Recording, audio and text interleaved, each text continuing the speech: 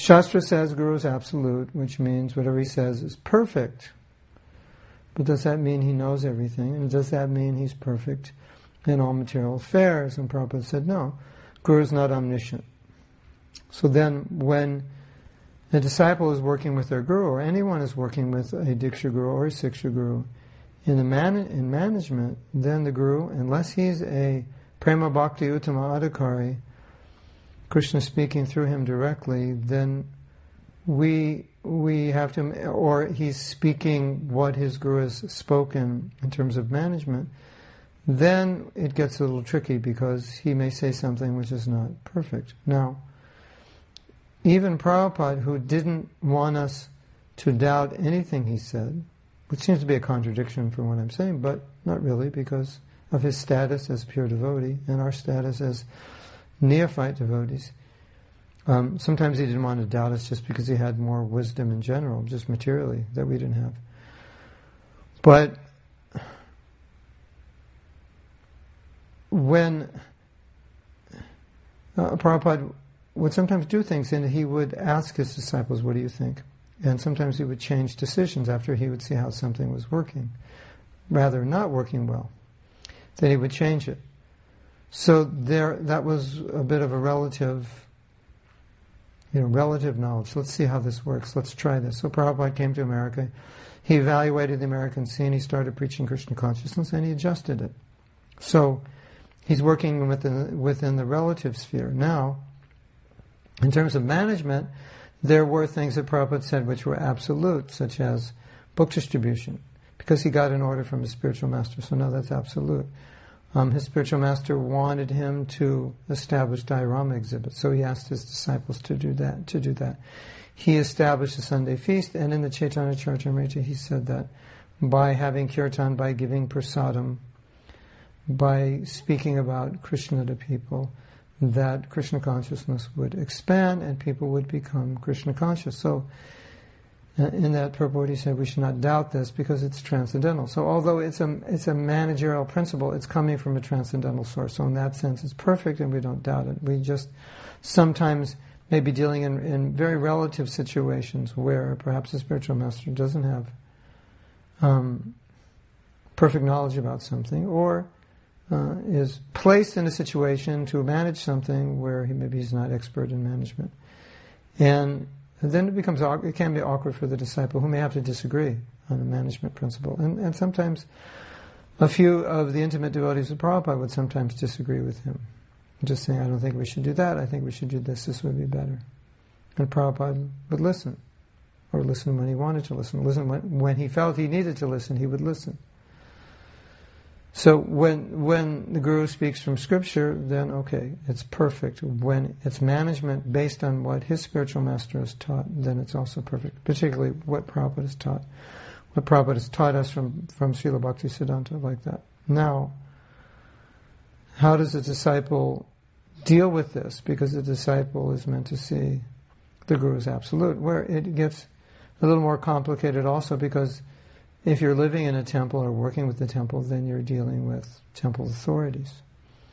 And so the way it works in ISKCON is that the Guru is absolute for his disciples, but he is not meant to act independently of authorities within ISKCON. So you have a relationship between Guru and the disciple, but you also have a relationship between, let's say, a temple president or perhaps a GBC and people that are working with them. And the GBC and the temple president form a structure within the society. So the Guru, just like anyone else, is meant to work within that structure. Although the Guru does have more power over the individuals, he's not meant to exert that power in defiance or out of sync with authorities within ISKCON. Now sometimes he may not agree with an authority, he may not think the way a disciple is engaged is proper, and he can talk to the authority about that and they can work things out.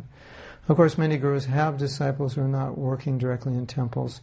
That poses less of a problem. But at least the disciple has also fidelity to work within the authority structure of ISKCON. Now, when it gets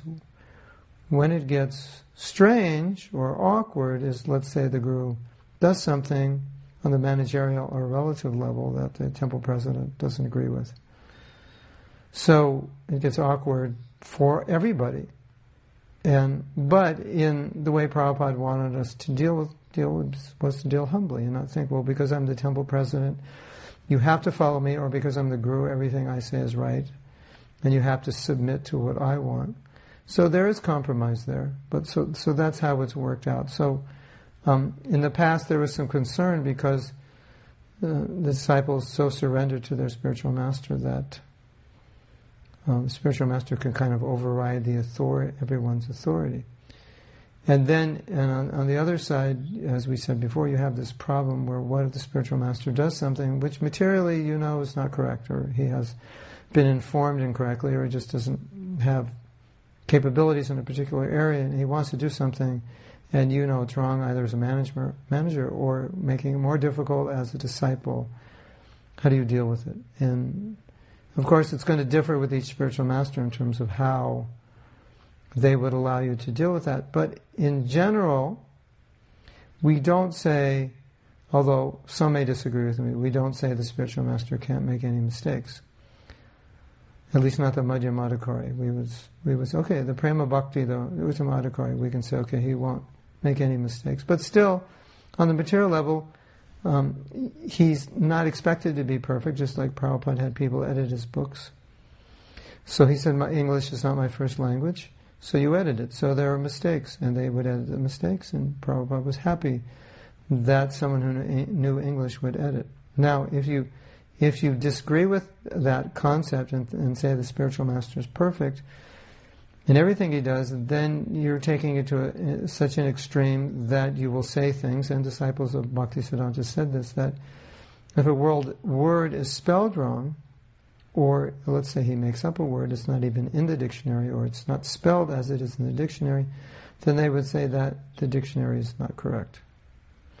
So I think they would say that in order to preserve their faith and the idea that their spiritual master is perfect. But that's not really what we want to do. It's not what we're trying to do. And it's not what the spiritual master is not trying to represent himself as perfect in material affairs. Otherwise, the guru may offer suggestions to the disciple which may not ultimately turn out to be the best advice in the relative world, and it may cause a problem for the disciple, and then it may cause a problem for the disciple later in developing faith. So we draw the lines, and most gurus, if the disciple fears or thinks they've done something wrong, would allow them to approach and say, this doesn't seem correct.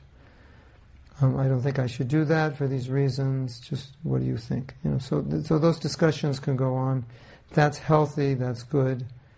I think it's necessary, and it's necessary for devotees who are working within ISKCON to understand that their guru is also subordinate to the GBC. If the GBC makes a decision, and that the guru would follow it, even if maybe the decision he's not totally in agreement with it, or it in some way compromises some of his service or situation with his disciples, but still, in principle, in order to cooperate, he takes that position. He doesn't have a position, a managerial position. The guru's position is spiritual. He may have a managerial, that's a separate position, but in and of itself, the guru's position, it's not a managerial post. It's a spiritual post. He gives spiritual instruction.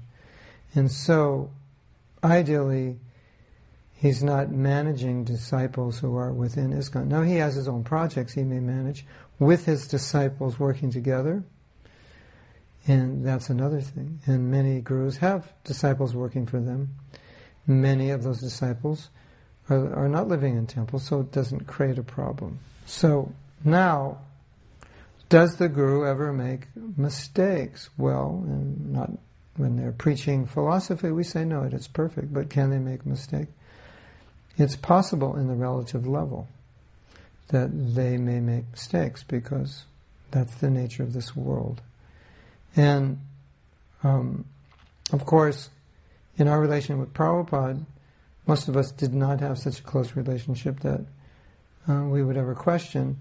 And in our neophyte condition, most of the things we would question were due to our defective knowledge, that we saw a mistake where there wasn't a mistake.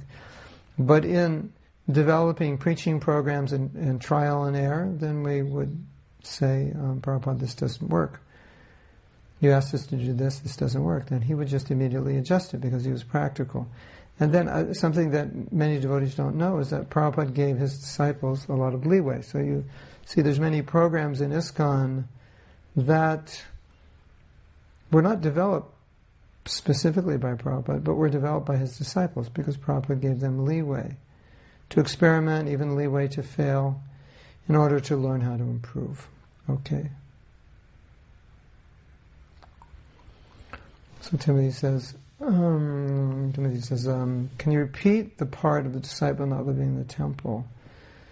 Said, the discussion we're having now, it concerns more disciples living in temples because they have service or working closely with the temple. Let's say you're working very closely with the temple, you have a lot of service, and your spiritual master wants you to engage in a project of his, and then you say, well, you can't do that service in the temple. But rather, the proper way would be, he would ask you, can you ask your temple president if it's all right, because I need you to do this service? Or he would approach your temple president asking him if it's all right if Timothy can do this service. Because once you're connected, then you're working under that authority. Or you may be living outside, in this example you are, and saying, I have service for my spiritual master, but I also want to do service in the temple. So the temple president understands that. And then many gurus are just engaging disciples who are not very closely connected, or working to maybe connected to a temple, but not working on any projects, don't have any specific service in the temple, so it doesn't create a conflict. So it creates more of a conflict when someone's living in the temple. And then maybe a spiritual master will tell that disciple to work in another temple, or to come with him and travel with him, without working through the temple president to see if that's possible. Maybe it's like a head pujari, and he can't leave. So this has become a problem in the past. Also, a little bit of problem with funds that are needed in a temple, sometimes going outside the temple. People like to give to their spiritual master, but sometimes that can create problems for the temple, where less money goes to the temple and more goes to projects of their spiritual master, which is not a problem if the temple is doing well, or the temple is the project of the spiritual master. But if the temple needs the support of many, many members, and most of their money is going outside to their spiritual master's projects, it creates a problem. So not that one shouldn't give to the spiritual master, but all these things need to be taken into consideration, because we're working within an organization. As I said, if you're not an organization, you don't have this problem. So it's a balance, and some gurus are more don't have projects and are more aloof, or they're aloof in the sense that they have projects and they have devotees working on those projects, and they have many disciples in other places, and they don't require any more help on their projects, so they don't have to move they don't even try to move disciples from other places into those projects. So I just wanted to present the concept of how, although Guru is absolute, who's he absolute to? Like your Guru is absolute to you, but he's not absolute to everybody. I don't know if I told this story, but when Prabhupada's servant had a child, Prabhupada gave his servant some money for the child. I think maybe the boy was just born. And the disciple said, I can't accept the money. Something like, you're my spiritual master, I can't accept this from you. And Prabhupada said, no, it's for your son. I'm not his spiritual master, so he can accept it from me. So, relative, absolute, different relationships. Your relationship with your guru is absolute, but your relationship with another guru is not absolute. It can be if you want it to be, but it's generally, you won't see everyone like you see your spiritual master or spiritual masters. So how you relate with him will be different. But still, we relate, the point is we relate respectfully with all the authorities. At least we try to, at least we're supposed to. because we have to cooperate, which is the discussion we're going to have next week. We have to cooperate with everyone. So the guru has to balance it, the disciple has to balance it. And then there's another problem. So another problem along this line is what you might call out of balance. Things which are out of balance, meaning you have a relationship with your guru, and for you that relationship is perfect, or hopefully it's perfect, it's working for you. And you're getting very inspired. And because of that, you may tend to think that your guru is better than the others, or special, or he's Mahabhagavat, or he descended from the spiritual world, or something about him is special. And therefore he's better than the others. And then maybe even think that, well, I should get other new devotees to take initiation from him because he's better, or he's the one. And Prabhupada definitely didn't want that to exist. Now he's the one for you, he's special for you, there's no question. And we're not saying that you shouldn't think that way. But it's relative, and you can't enforce that or force that on anybody. So it's going to be different. And if we think this guru is better than all other gurus, then we create factions, and then we want everyone to accept Diksha from that guru because he's the real thing, the real pure devotee. And that will ruin everything. And as I've said many times, Prabhupada was very, very concerned about creating factions. And this happens. It goes on subtly or grossly within ISKCON. So for you, your guru is perfect. For you, your guru is the best. But that's for you. For you, he's a representative of God. He's the transparent via media. Krishna comes to you through him. That's for you. His God brothers, they have a different relationship. God brothers may find fault, may slap him in the face, may chastise him, but that's their relationship. But your relationship is different. So, although you feel your guru is saving you, it doesn't mean that you have to make everybody in the world feel that he can save you also. Maybe he can save other people. No doubt he can, but that is a personal decision. And even when if you're helping someone decide who their guru should be, and they have questions, should I accept this one or that one, you should only help them in general, understand what is a guru, how to know if this is your guru and so forth, but you shouldn't tell them, because it's a relative thing. They have to decide for themselves. In fact, interesting thing is happening on the GBC level, that the GBC has a system that if someone wants to become a guru, then they get 10 devotees locally to say that they feel that he meets qualifications of a guru, and then that goes to the GBC. And then all the GBC, the reason it goes to the GBC is just for them to know that this person wants to initiate or has been recommended locally.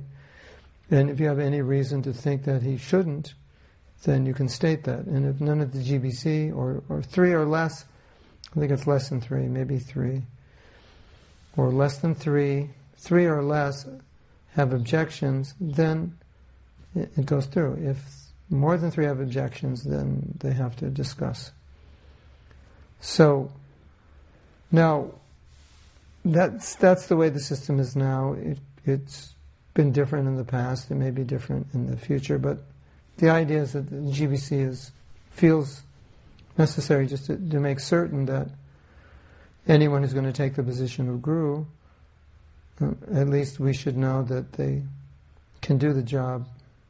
Something like that. They're strict devotees. They understand the philosophy. They're cooperative and so forth. So, but there's a problem with that, and the problem that they've recognized that they're trying to deal with is that once they do that, then anyone looking for a guru will just look on that list and say, well, any of these people are qualified. So what the GBC has stated and wants devotees to know is that when a guru is approved, quote unquote, within ISKCON, it doesn't mean that the GBC is qualifying this person as like he's a perfect guru. He could never make a mistake. He can never fall down. But basically they're saying that this person is a strict devotee. He understands the philosophy. He can preach it. He lives the philosophy. He's cooperative with other devotees. We know of no major transgressions in his life. That's what they're saying. But what they want the devotees to know is that in terms of accepting this person as your guru, that you have to see for yourself. You can't rely on anybody else to make that decision. You have to see.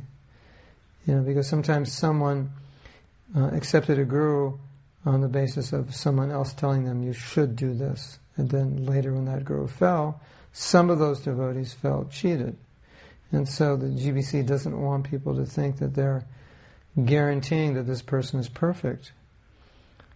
But they want the prospective disciple to study and understand themselves what are the qualifications of a guru, and study this person.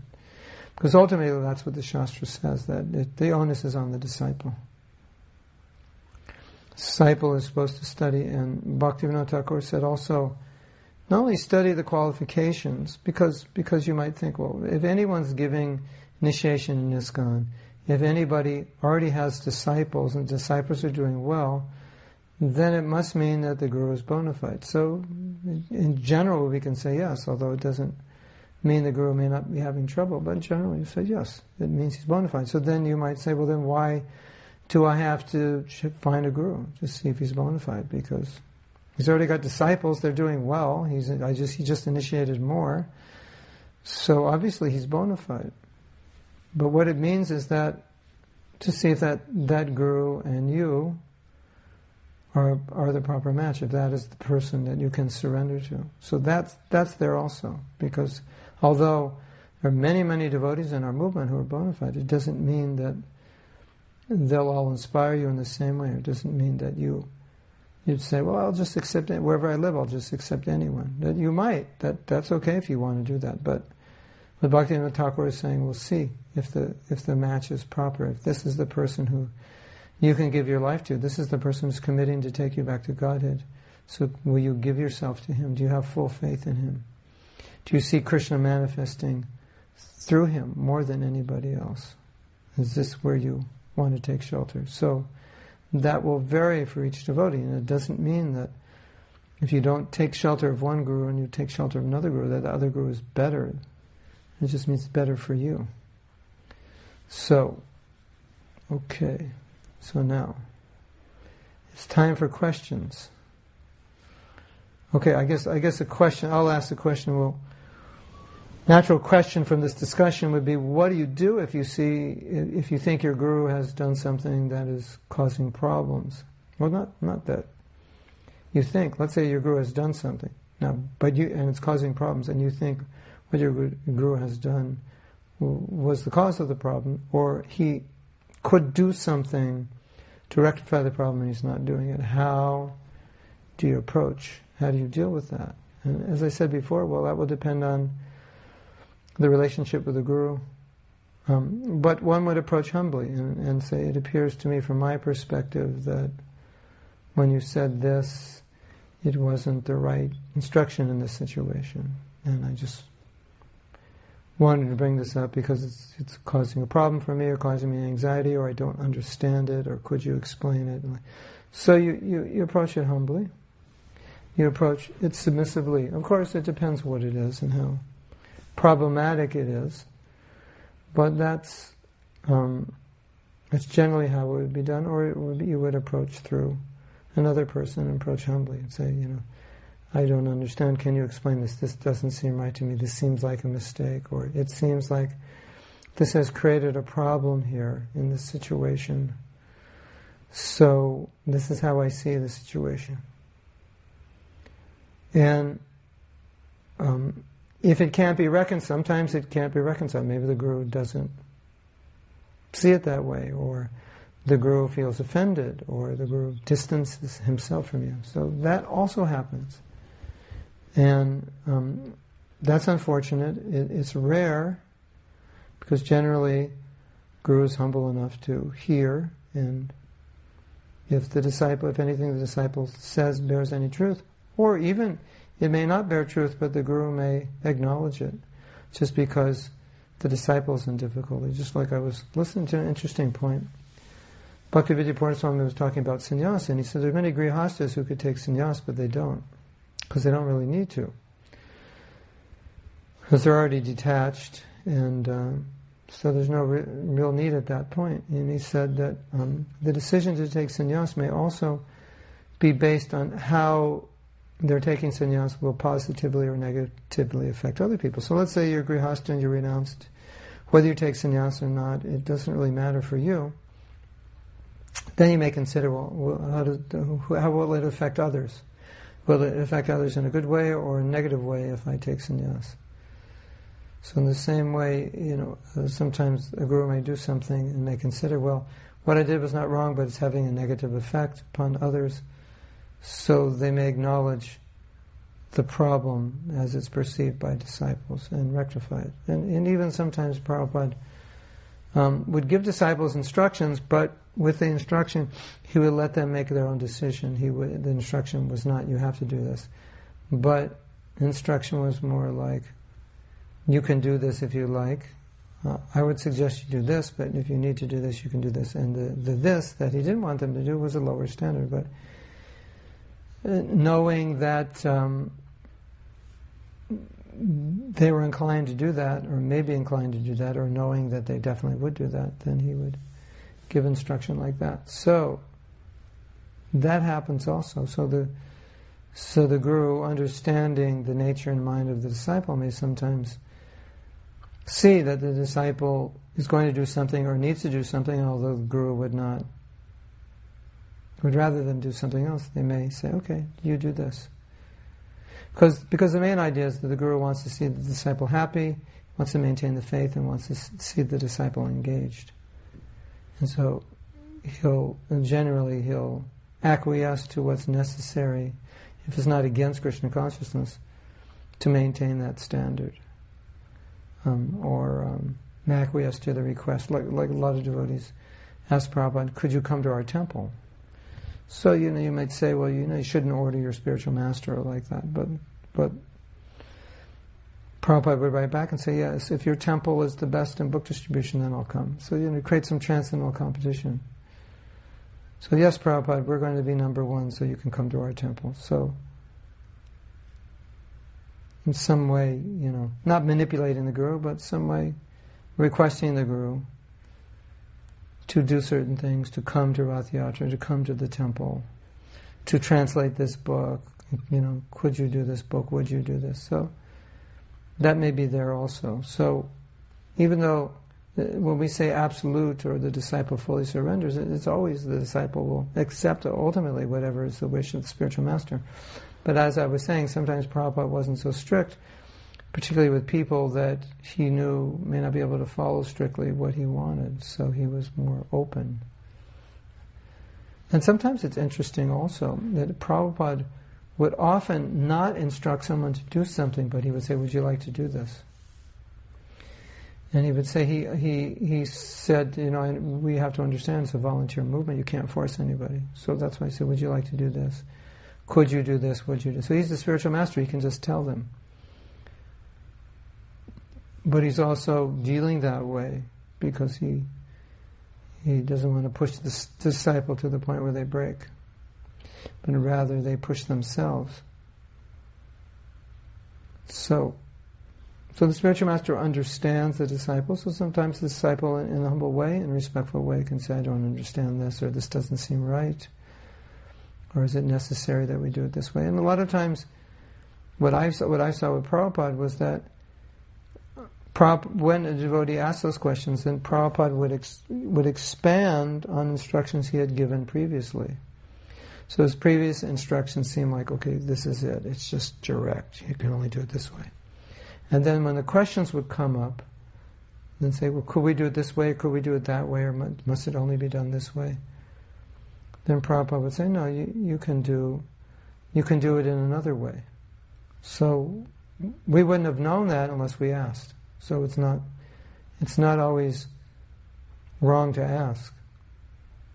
If you're asking in the mood of submission, then, whatever you say I'll do, but it seems it would be better. You told us to do this, but it seems if we did this, we get a better result. Then Prabhupada usually say, if you get a better result, do it that way. So he was very pliable. So you could come to him and say that, I think we should do it this way. And if you've had ongoing relationships with your spiritual master, then you'll know. He may have an idea, and you may think there's a better way to do it. You present it. Say, I think it would be better, more efficient, faster, less expensive, more productive to do it this way for these reasons. And then the spiritual master will consider it, or generally say, yes, okay, let's do it that way. Or if he has a specific reason to do it another way, then he'll tell you, no, what you say may be true, but on spiritual principle we should do it this way. And then you understand. So, even though the relationship is absolute, there's a lot of leeway for give and take. But when it comes to, this is the order of my spiritual master, he wanted us to do this, then that doesn't change. But how to achieve the goals, that is left up to the disciple. And Prabhupada wasn't very specific often about how to achieve those goals. Just general, here are the goals. Do it in a Krishna conscious way. So, okay, now I'm going to stop for a momentito. Actually, I'll go to Krishna.com because I can access it. See if there's any questions. Okay. We have a whole group on Krishna.com. So now we're in 2 places. Maybe everybody should just go to Krishna.com because it's so big and bright and colorful. I feel so much better now. And we can have a discussion there. So Timothy, why don't you go there? And Nanda Dula, you just go to Krishna.com/live. The password is Radhe. And Mahatma Devi Dasi, welcome. Some people call Mahatma on the phone, call me asking for her, or maybe they call you asking for me in Alachua. And then we can have fun on Krishna.com chat, which inspires people more to ask questions and take part. Because this chatsy is nice.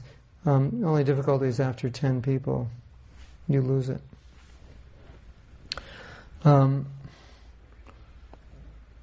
So this discussion that we just had now. Palak, Haribol. 1 a.m. for Palak or something like that. This discussion we're having now, if I said what I just said like 30 years ago, you'd probably have the whole GBC surrounding me like in the next 24 hours, threatening to kick me out of the Hare Krishna movement. And because it was something we didn't understand, because the Shastra says the Guru is absolute, and we didn't understand it, that it didn't mean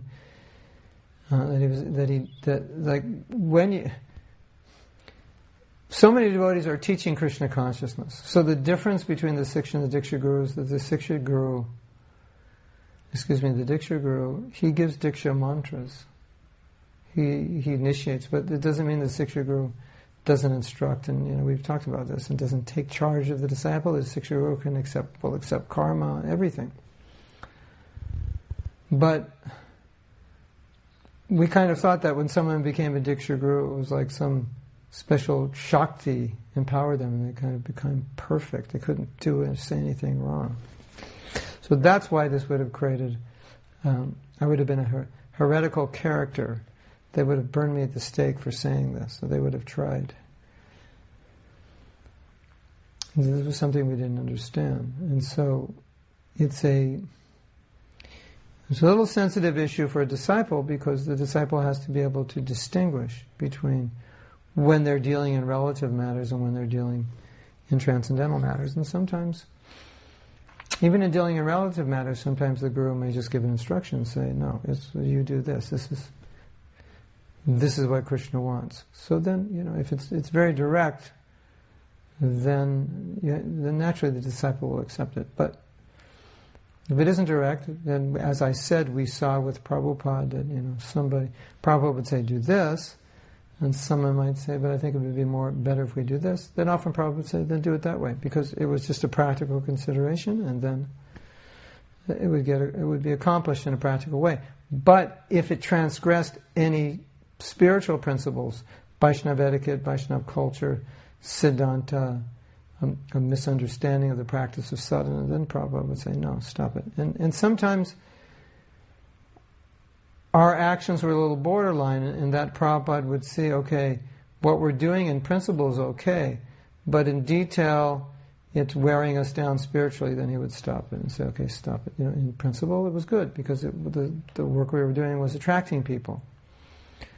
But in actual practice, the schedule, maybe the intermingling of men and women and so many things, was detrimental, so then Prabhupada would stop it.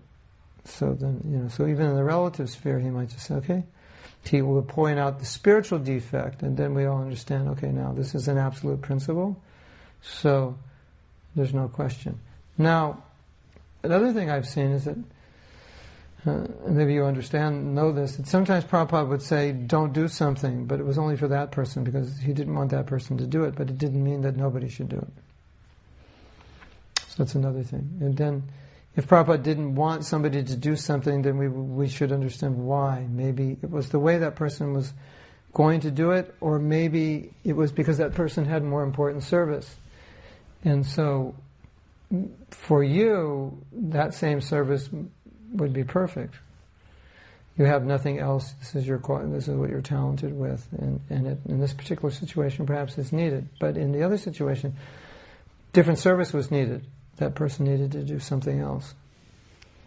So, Prabhupada would say no. And there's a story I told you before. Prabhupada told one sannyasi that you shouldn't stay anywhere more than 3 days. And then the next Prabhupada met another sannyasi, and he wanted him to stay and manage a temple, and he said, I want you to stay here, I don't want you to go anywhere. So different individuals with different abilities, different service. Now, sannyasi is supposed to move and travel, and here Prabhupada's telling a sannyasi to stay, and then you might think, well, this is wrong. Of course, a sannyasi could say, but Prabhupada thought a sannyasi is supposed to travel, and all Prabhupada would have to say is, but we need you to manage, and just solve it. So when the Guru makes a decision like that we need you to do this service and you're qualified for it, then generally you'll accept it. If you feel unqualified, or you feel in some way you won't be studying that service or whatever, of course you can say, I don't want to do it. There's a story I may have told when Prabhupada asked Tattva Maharaj to go to China, and he didn't want to go. And sometimes Prabhupada was very liberal with devotees, and he would, we'd ask people, do you want to go here? Or could you go here? Like I was saying, would you go here? Could you go here? But other times, he would just say, you have to go here. Specifically, Prabhupada dealing with sannyasis, because sannyasis are giving up everything. So sannyasis and brahmacharis should just do whatever the spiritual master wants. So in this case, Prabhupada asked Tattva Maharaj to go to China. He didn't want to go. And Prabhupada got very upset that he was disobeying him. So he said, you either go to China or you sit down in Mayapur, just chant. In other words, he was taking away his service, that's it. So obviously, in situations like that, then there's no discussion. You say, Prabhupada, I don't think I should go to China, I think I should go somewhere else for these reasons. He did explain that. But Prabhupada had different reasons for him, and his reasons were not relative, they were spiritual. And he was arguing on the relative level. So the relative argument may have had some validity, although even from the relative point of view, I don't think Prabhupada agreed with it. And the relative had a spiritual content to it, and that's what Prabhupada was arguing, is because factions were being created. And Prabhupada didn't want factions,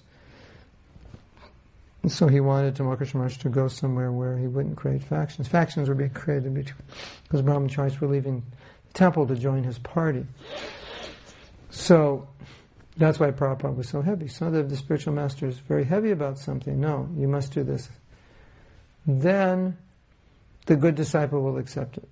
Generally, the good disciple will accept whatever their spiritual master asks. But if you ever have expertise in a certain area, then you want to give that to your spiritual master. Now, a nice story.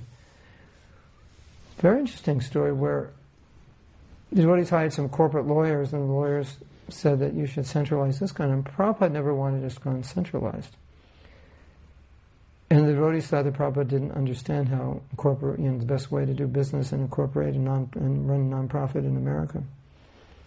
But Prabhupada understood it more than they did, because by each temple being incorporated separately, if there's ever any legal problems, it'll only affect one temple. But if it's one incorporation, then let's say you get sued for $1 million, but you only have 100,000, they'll take it from your other temples.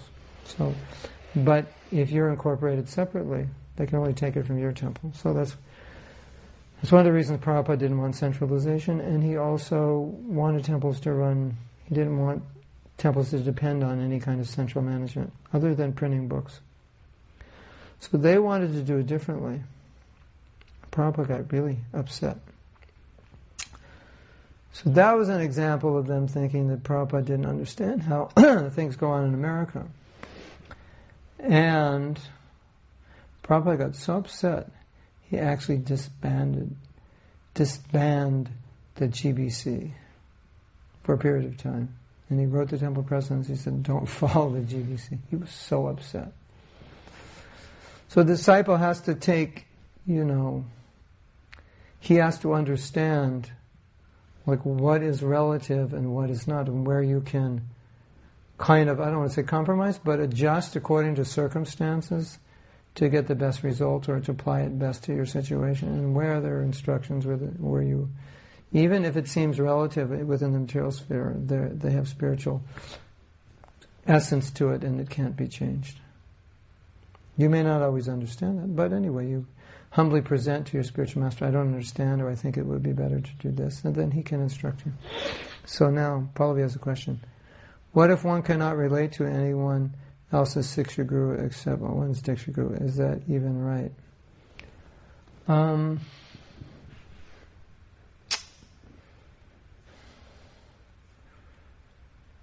It's not... Alright. I can't say it's right or wrong. I wanted to say it was wrong. But the reason I didn't say it was wrong is because you can't force these kinds of things. Now, Siksha Gurus, it's a broad topic. Because when I speak of Siksha Guru, I speak of it as similar to the kind of relationship one has with one's Diksha Guru. And so it's understandable that one may not want or need to have a relationship like that. One may be getting everything from one's Diksha Guru. So the broader definition of Siksha Guru would be like a counselor, a mentor, senior devotee in a temple, who you take guidance from, who you like. But, you can't, your guru can't say, well, this should be your Siksha Guru, but your guru can say, take guidance from senior devotees in your area. And that's important. Because, we need guidance. But I think,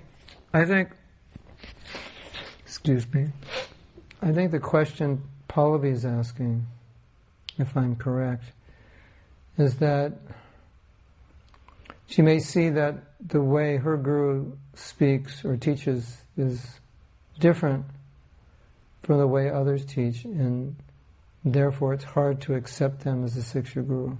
And if she found another devotee that speaks like him or sees things like him, then I think she wouldn't ask this question. I think it would be natural to say, I see, I'm taking guidance from this devotee, I'm very inspired, I see my guru in him. But now I'll argue from the other angle, Pallavi, just to balance it out. Some people might say, well, that's a neophyte understanding that you can only hear from your spiritual master. And I know that's not the question you're asking, because you do hear from others. But we should hear from others, we should take into consideration. If they say anything which seems to go against what your spiritual master says, you can ask him, or you can try to adjust it according with your intelligence. And as Prabhupada said, Vaishnavas can disagree. You can see the same thing differently. That does go on. But I would say if you're having a difficult time hearing from anyone else at all, yeah, that would be neophyte. Only my guru, nobody else. Then we start creating factions. It's natural that you like to hear from your guru. You should also hear from Prabhupada, not just your guru. And, if you don't want to sit around and listen to lectures by some other person, you're not inclined, then that's okay. But some point in the future, you may be in different situation, different part of the world, getting different siksha, different association. That might happen. That you because basically the seeing someone as a siksha guru, it means that something's happening in your life that's changing, like dramatically. Something's happening in your heart, and Krishna's coming to you so powerfully through this person. It's not a question, do I see him as like a guru? It's happening. It's real. So if it's real, it's real. If you're getting guidance from someone in certain areas and it's just very powerful and very clear, and it's helping you, then naturally your heart will go to that person, and you'll want to take shelter, and you'll want to serve, and you'll like that. So if that happens, there's nothing wrong. Generally, when one wants a siksha guru and one is initiated, they just ask for permission from their diksha guru, who will give it. Unless you want a siksha guru outside of our sampradaya or outside of ISKCON, that would be different. Generally the guru would be reluctant to give that kind of blessing. But within ISKCON, it's just another uncle to help you. Of course, your Diksha Guru, he's like your father in the sense that he's taking responsibility, take you back to Godhead. But it doesn't mean your uncles wouldn't do the same thing. Have so much affection for you that they would also take responsibility for making you Krishna conscious. And it doesn't mean that you wouldn't feel the same affection you have for your guru, or similar affection. So if it happens, it happens. If it doesn't happen, then it's not like you should think, oh, something's wrong with me. I would only say something's wrong with you if you just say, I can't listen to anybody, only my guru. So Pallavi says, when I listened to some other Siksha Guru, I realized that I had understood only half the meaning of what they were saying. I have to explain that. Does that mean he's not explaining it well? So he's only, like your guru explains it fully and he only explains it half? Or it's just that he explains it fully but doesn't explain it in a way that you can understand? I'm not sure what you mean. See, that proves I don't know everything. In case you didn't know. Just want to let you know I don't know everything. Almost everything, but I don't know that. You're right. It's a natural process. Yes. Yeah. So, okay, this is a really good point. I'm going to jump to another point right now. Responding about this natural process. One of the things I've noticed in ISKCON is that a lot, and I'm writing an article about it, and it's almost ready. I've been writing it for like 2 months, off and on, and I just this morning worked on it for another hour or so to fine-tune it. And one of the things that I noticed in ISKCON that really, really upset me was what I would term as relationships which I felt were contrived, artificial, not genuine. And relationships which were really real, but not recognized. It's like this person's your guru. Okay, he's my guru. He's supposed to, then you see that person as your guru, but that person over there actually has a closer relationship with you, and has more. You have more of a relationship as a disciple, and he is guru than this one. But you were told to take initiation from this one, and so. This was going a lot early on in the movement. It still goes on a little bit. And that what Pallavi's saying here and what I'm saying is that if you just allow things to develop naturally without feeling you're making offense or something's wrong, then where your heart will dictate to your heart will teach you.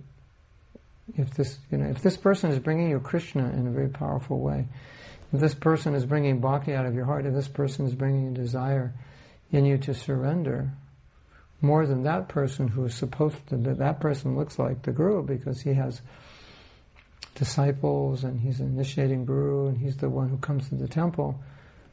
I'm not saying that the person's not bona fide, but this other person over here may actually be your guru, but sometimes devotees, they don't recognize it because that's the person who's supposed to be the guru, he's over there. So if we say, we just let a relationship develop naturally, if it does, it does, if it doesn't, it doesn't, then that's fine. As long as you, as a disciple, are in the proper consciousness, cultivating Krishna consciousness sincerely, and submissively hearing and serving, then someone is going to inspire you. Not because they sing nicely, not because they tell a lot of jokes, not because they quote more shlokas than anybody, although that may add to it, but something deeper is going to happen. And my only point is that I'm making now is that sometimes that deep thing happens and people didn't allow themselves to recognize it because they didn't think that person was a guru, or could be a guru, or didn't know how to process that relationship, or because it was being constrained by the dedication and submissiveness and service they had to give to their Diksha Guru. So it's meant to be a more open system, where it's not that by one giving one's heart to a Siksha Guru, one is minimizing one's Diksha Guru, or vice versa. You can have many Siksha Gurus, you can give your heart to many, you can get guidance from many, and the Diksha Guru is happy that you're being helped. It's not like, I have many God brothers who are Diksha Gurus, would be very happy if they never had to take another disciple, because they have so many already. So it's not like, they're vying for disciples out there. Let's go out and get them. Let's like rev up the advertising. Let's get out on the guru circuit. Make the rounds. Pick up some disciples. Maybe it was like that 30 years ago. I don't know. But it's not like that now. Antonio has a question. What can one do if one decides to serve more than one guru and the instruction and service from different gurus conflict or contradict each other? Then I think it goes back to this. There's two answers to this. From the point of view of etiquette, one should always get the permission. If one has a Diksha Guru, then one goes to the Diksha Guru to get permission.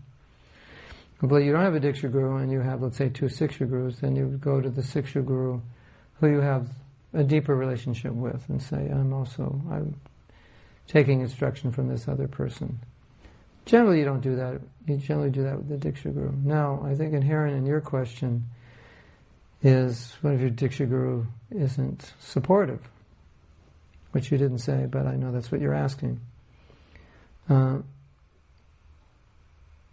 Conflicts or contradicts each other, then it depends on the situation. It depends what you're dealing with. If the situation is that the so-called contradiction, if the result of that contradiction is that you're going to come closer to Prabhupada and do more service to Prabhupada and advance more in Krishna consciousness, then ultimately, if you don't get the blessings of your guru, or you have to contradict your guru, that may be what you have to do. If that, of course, that's also a big if, because, someone may question, well, is that really true? But I'm saying, hypothetically, if objectively that was true, then that would be the consideration. Another consideration is faith, where your faith lies. Because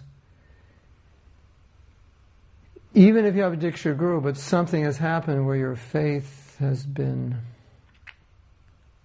affected negatively, it's very important. It's going to make it difficult for you to take instruction from that guru. because you're going to see fault in that guru or fault in the instruction. You're not going to have the faith in that instruction. So I would say then take shelter of the guru in whom you have the most faith. Because if you try to take shelter of a guru and let's say the instructions are contradictory, but the instructions of one guru you don't agree with, and you agree with the other, then how could you even follow the instruction of the one you didn't agree with unless you have absolute faith that this instruction is perfect? I have so much faith in this guru that even if it contradicts, I'll follow. But if you don't have that kind of faith, that you won't be able to follow it anyway. So in that sense, you don't even have to ask. If you don't have the faith in that guru, then you don't have to ask the question, because it kind of answers itself that naturally you're going to follow the guru that you have the most faith in, because you can't now follow the guru that you don't have faith in. And I think that makes sense to you. You know what I'm talking about. And so, but then of course, then you say, well, but shouldn't I follow, or I feel guilty or whatever? Yeah, you should. But if you can't for whatever reason, and maybe there are reasons which are justifiable, then generally what a guru, and this is interesting because I think this happened with a disciple of Prabhupada. I'm not sure of the details, but I think I mentioned this last week or week before, that one of Prabhupada's disciples lived with one of Prabhupada's godbrothers, and Prabhupada asked him to stay there, or allowed him to stay there, because I think somehow he had faith in that godbrother and he may have lost faith in Prabhupada. So, so Prabhupada, seeing that, well, wherever he has faith, he should go there and hear from that person, because where there's faith, then there'll be stability in Krishna consciousness. So you can't really, if you're spiritual master, like we have situations in ISKCON where a spiritual master has done something which is improper. Not usually improper, but improper. And then what you see is some disciples give up that group. They lose faith. Now you could say it's the immaturity of the disciple or the temperament of the disciple. They shouldn't have lost faith. Whatever. But they lost faith. So now they can't hear from that spiritual master, so that they take shelter of someone else, or take shelter of Prabhupada. You can't force them to have faith if it's not there, because what that guru did broke their faith. I mean, this happens a lot. It's happened recently in the last few years, a couple times. And conversely, even though the guru will follow, some devotees have or do something which is not proper, some devotees have no problem with it, and so they're good. They follow, and they have faith, and they just see it as a little spot on the moon. 40 years of service and one transgression for a few months, and they're fine. Others cannot see it that way, because it's not congruent with their concept of guru, and so they lose faith. And so what the guru should do is, if a disciple has lost faith in him, he should encourage them to take shelter of someone they have faith in. He should either reestablish faith in himself, and if he can't do that, he should encourage them to take shelter of someone else. So he might say, okay, I recognize because of what I've done, you've lost faith, and is there anything I can do to reinstill that faith? And you say, I don't think there is. And say, is there anyone else you want to take shelter of? Then take shelter of him, and take guidance under him. And I'm still your Diksha Guru, if you were initiated by that guru, but take guidance from this other person, and this other person will be the main guru in your life at this point. So that happens in ISKCON. You have to follow your faith. I mean, that's basically what we're saying here, is you have to follow your faith, and you have to. And what I'm saying before is, it's not like if you have a Diksha Guru and then you have faith in a Siksha Guru, and sometimes the faith in a Siksha Guru may be as stronger, and then devotee might feel guilty. But they shouldn't feel guilty. It's just something natural. It's a spiritual transaction is going on. So you shouldn't feel, I'm unchaste to my Diksha Guru. Just feel it's a natural transaction of the heart. And one can love both gurus. But if there's, in a normal situation, then one may have faith in many gurus. But in your situation, as your faith has been broken, And the most valuable possession you have is faith. So you can't lose that. You have to place it in somebody. And there are many, many great devotees in ISKCON who can instill faith in you, who you can take shelter of. And that's what you should do, in my opinion. I don't really think there's any way out of it if you've lost faith. So Timothy has a question. Do ISKCON devotees see Vaishnavas outside of ISKCON that are in the same disciplic succession as spiritual uncles and aunts, assuming that they are senior devotees? That would depend on the devotee. And that may also depend on which devotee it is, and that may depend on what their guru is teaching them, and it will depend on other factors, which would also mean that do they even know who those people are? Do they have any connection with them? Because generally, they don't have any connection, so they wouldn't really know. Of course, with Narayan Maharaj, he was very prominent, so they know who Narayan Maharaj is. But most devotees in ISKCON have never met him, seen him, heard him. Only maybe they have friends. And what I've seen is, it's like, let's say your friend is an ISKCON devotee, and then they go outside and they take shelter of Narayan Maharaj or somebody. And two things usually happen in my experience. If you're really good friends, you just stay friends. You just, you may think that what your friend is doing is not right. You may think it's unchaste to Prabhupada, but you're still friends. If you strongly disagree with what they're doing, I've seen with other devotees, they've just, broken off their relationship.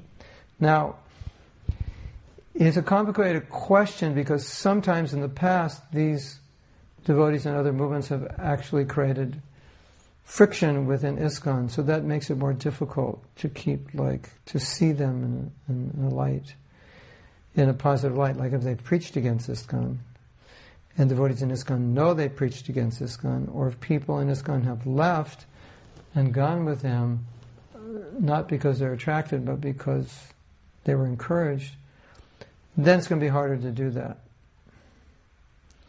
So you're really dealing with a lot of individual situations and a lot of individual devotees, and also that there's not a lot of contact between the different organizations. And it would depend on the organization also, in the gurus, and there are some devotees who have left ISKCON, and some devotees in ISKCON propose that they could become like brother organizations. I forget what you call them. Not directly in ISKCON, but in a general, broader sense, part of ISKCON, to be more integrated and still give them their independence. So, ISKCON's just growing. So, Prabhupada wanted everyone to work under one roof because then we're more productive. And as I said to you before, it's like if you're in another organization, then you have less facilities. Like 20, 30 years from now, ISKCON's going to be huge, but if you're in another organization, how huge is it going to be? And maybe when your spiritual master leaves, your organization falls apart, then your sangha gets weak, or you don't have any anymore. So ISKCON has this huge sangha. So Prabhupada wanted, everyone to work within ISKCON because it has this huge sangha and facility, and it's a more powerful way to preach. Now, I don't know if that answers your question. It was a little ambiguous, but there's not one answer for it. If I was to be thoroughly blunt and honest, I would say the general mood in ISKCON from the management level is that if you're in another organization, then stay in another organization. And if you want to be in ISKCON, then, be in ISKCON. But that could be mediated also with your guru.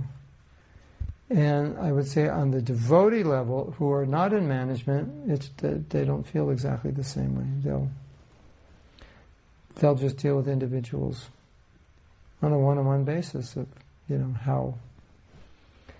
how they personally observe that person and their spiritual life, if they think it's helpful to them for what they're doing or harmful. But general principle is that what we're dealing with is that Prabhupada wanted everyone to work in ISKCON, and he said it so many times. don't leave, stay within, Britain with all thy faults, I love you. He'd say things like this, work from within, improve, set the example. So for some devotees, when people work outside of ISKCON, especially the people who were already in ISKCON, if someone was never in ISKCON, it's not really so much an issue. But people who were in ISKCON who leave, then they feel like, okay, you're disobeying Prabhupada's instructions. And then for people who are outside of ISKCON who join a guru who's already left, then ISKCON devotees might just think, well, if the guru didn't left, then you'd all be part of ISKCON, and we'd all be together, and we'd be more powerful. United we stand, divided we fall. We'd have a bigger, more powerful movement. Now, on the other hand, there's some devotees who think it may be a transcendental arrangement to be a little independent because there's less restriction. And so what you do find is there is room for some independence or a lot of independence amongst individuals within ISKCON who can kind of operate, I don't want to say operate like they're outside of ISKCON, but operate in a very unconstrained way. And you're looking at one of them right now. I'm a liberated soul in ISKCON. Nobody tells me what to do because they know I wouldn't listen anyway. So, good management gives leeway to express ourselves. So, being in ISKCON is very relative because it's also relative to who you're connected with as your guru and what temple you're connected to and what your service is. And it's just different everywhere. So let's read on. If that didn't answer your question, you need more clarification, just ask. What if by rejecting one guru, even you do so as nicely as possible, that guru takes offense? Would that affect one's bhakti and be considered offensive? This is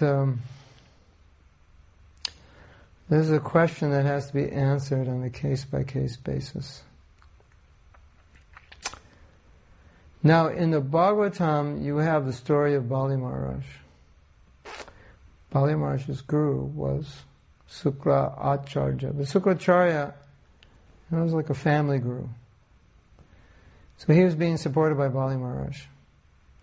And so Vamanadev came as a Brahmin beggar. And Bali Maharaj said, what do you want? And Vamanadev said, I only want 3 paces of land. So Sukra Acharya,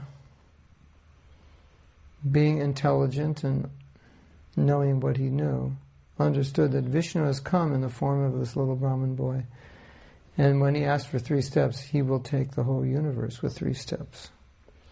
So he said, Bali, don't do it. So then Bali began to consider, he said, wait a minute. You've always told me to surrender to Krishna. And now you're telling me not to. So Bali considered, he's my guru, but he's telling me not to surrender to Krishna. And so after careful deliberation, discussion, he rejected that instruction and thereby rejected his guru, because now his guru said, don't surrender. So Shastra says if your guru ever says don't surrender to Krishna, at that point you reject. Reject means you reject the instructions. So, if in your heart of hearts you clearly see that for your own spiritual life, your own spiritual salvation, for the service of Prabhupada, the service for the benefit of the conditioned souls, everything lines up to take a course of action that your guru is disagreeing with, then at that point it may be seen a little bit like your guru is not that your guru is telling you not to surrender to Krishna, but that there's a path you need to take for your benefit and your guru is telling you not to take it. So there are similarities to this and that story. Now, in a scenario like this, one may have to... of course, there's an easy answer to this. If you've taken shelter of a Siksha Guru, just ask your Siksha Guru if it's okay to follow him, because your spiritual master doesn't agree. And if you have faith, more faith in your Siksha Guru or equal faith, then you can do what he tells you, and then if there's any offense, he'll take it. upon himself. So now you're absolved. I think that's in your situation, it's the best recourse. And you already know what your Siksha Guru wants you to do, or has told you to do. And you know what you want to do. So, I mean, the other thing is you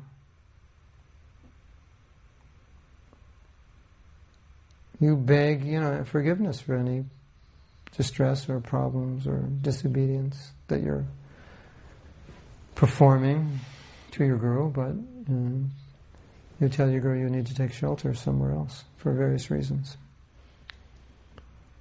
I don't know what else you can do. Generally the Guru would say, yes, go. But here, if you're dealing with a situation where your Guru is outside of ISKCON and you want to be part of ISKCON, that creates another level of, the Guru might think, I don't want my disciple to be in ISKCON. Then it gets more complicated and more weird. And then one would say, should one accept a Guru who doesn't want a disciple to be in ISKCON? Is that what Prabhupada wants? You could not find anywhere in Prabhupada's books, letters, conversations, or lectures anything to support that. So then you could bring your question up to another level. By disobeying my Guru, am I doing what Prabhupada wants? And if I am, then you're like Bali Maharaj. Then you do what Prabhupada wants. And you have to reject the instruction of your Guru if you see it's against the desire of Prabhupada. Now, Carolina says, how can they have conflicts? The goal is the same. They shouldn't, but they do. In this, as you know, they do right now. They shouldn't. They shouldn't. I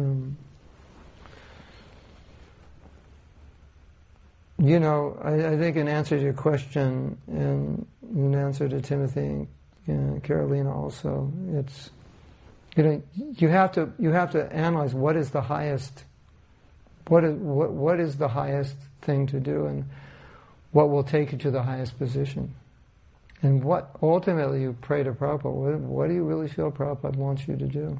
How could you best serve him? And then you have to do that. How you can best serve Prabhupada. That's where, and then, as I've said so often, I said the real thing is for the disciple to be sincere, and sincerity is everything in Krishna consciousness. So, it's all about sincerity. And so, as long as you're sincere, you pray to Prabhupada, and take guidance from people you have faith in, and just pray that you do the right thing. And the right thing means what will please Prabhupada the most. And I think if we please Prabhupada, then we're successful. I think we can't lose, even if it means disobeying your Guru. Okay, I see some questions over here. Please read Nanda Maharaj's paper about the importance of Srila Prabhupada and every single section of this movement. Let me go down.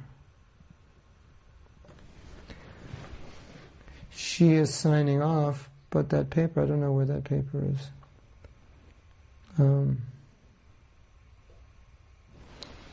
We just heard a letter by Hridayananda Maharaj about ISKCON.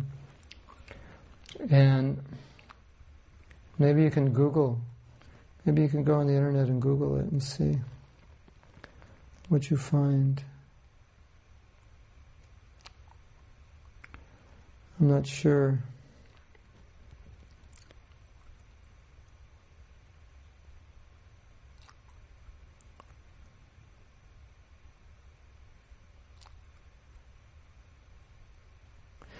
It was read in Alachua a little bit, and I don't know what was it, the response, what it was in response to, but there was a question about spreading Krishna consciousness under the guidance of Prabhupada versus under the guidance of one of Prabhupada's godbrothers or disciples of Prabhupada's godbrother. Ridhana Maharaj was just pointing out how what Prabhupada did was unprecedented, the sacrifices he made to establish ISKCON. And there's no comparison that anyone has done what Prabhupada has done. There's no comparison of the movement he created and the intelligence with which he created it and how it will succeed and how we should all be part of that and support it. So, serving in ISKCON is direct service to Prabhupada. And bringing people to Prabhupada is the greatest thing we can do. So anything that you can do to help bring people to Prabhupada, to get people to read Prabhupada's books, follow his instructions, then whatever furthers that, then that's what we should do. That's kind of what the paper was. You could look it up and see if you can find it. It may be out there on the internet. I didn't try to find it. So, any other questions? This is it's a practical discussion, a timely discussion for some devotees who are actually facing this very situation for which they're asking questions. And I think Krishna is inspiring me to say that whatever will please Prabhupada the most, then if you so-called have to offend your guru to please Prabhupada, then do it. That's what I would say. Of course, you have to know that Prabhupada's pleased. You might say, well, how could Prabhupada be pleased by offending my guru? That seems to be an oxymoron, a paradox. But in some situations, it may be that by moving ahead, you may be moving closer to Prabhupada. And as I was telling some other devotees, your spiritual master may have brought you to a certain point in Krishna consciousness and now can no longer bring you further for whatever reason.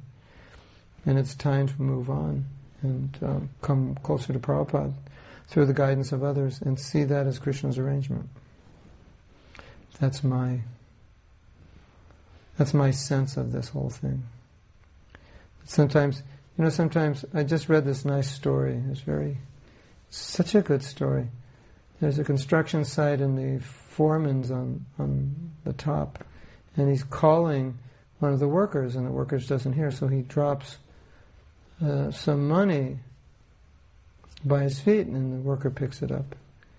Then he drops a larger bill, and the worker picks it up, but he still doesn't look up to see who threw the money. So then the foreman gets a rock and throws a rock, and it hits him in his helmet, and then he looks up to see who threw the rock. So the moral of the story is that you get gifts from God and you don't even recognize that He's giving them, but then when a hardship comes, you look up and say, oh God, help me, or you look to God.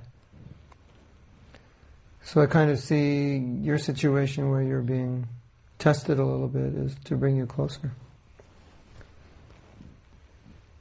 That might be the rock Krishna's throwing you to push you further to Prabhupada. That's how I feel. Actually, I feel very strongly about it. I've discussed your situation with other devotees, and they feel the same way, that Krishna has done this to bring you closer to Him and closer to Prabhupada. So, if you see it that way, then you won't have trouble moving forward.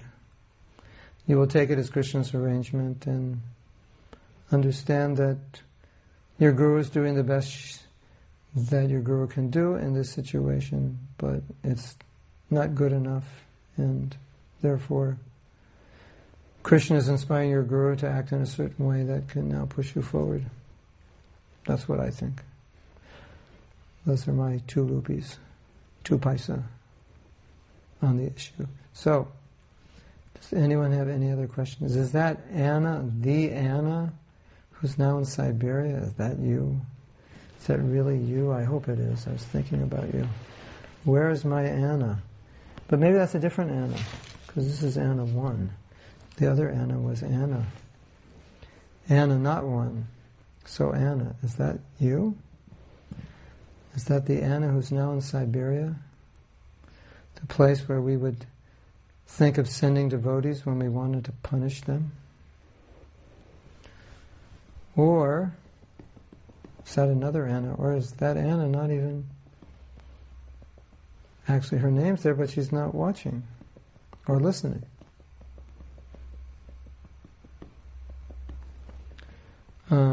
Carolina, yeah, she understands. I think Timothy understands. It's like, we're in situations that are difficult and they hurt us. And then it's we want to kind of hold on to where we're at and repair something that's we can't repair. So we take it as Krishna wants us to move forward, and I say this only happens because it's Krishna's desire, it's the devotee's desire. It's like, it's generally as the devotee wants to progress further, then Krishna facilitates that. So perhaps it was the desire you all had to progress further, so Krishna created a situation which, if you didn't create that situation, it wouldn't have happened. You wouldn't have moved on. So now you're moving on because of that. And so you can see that as divine arrangement. I think it is. Seems to be to me. And if you take it that way, then you'll be able to move forward very nicely.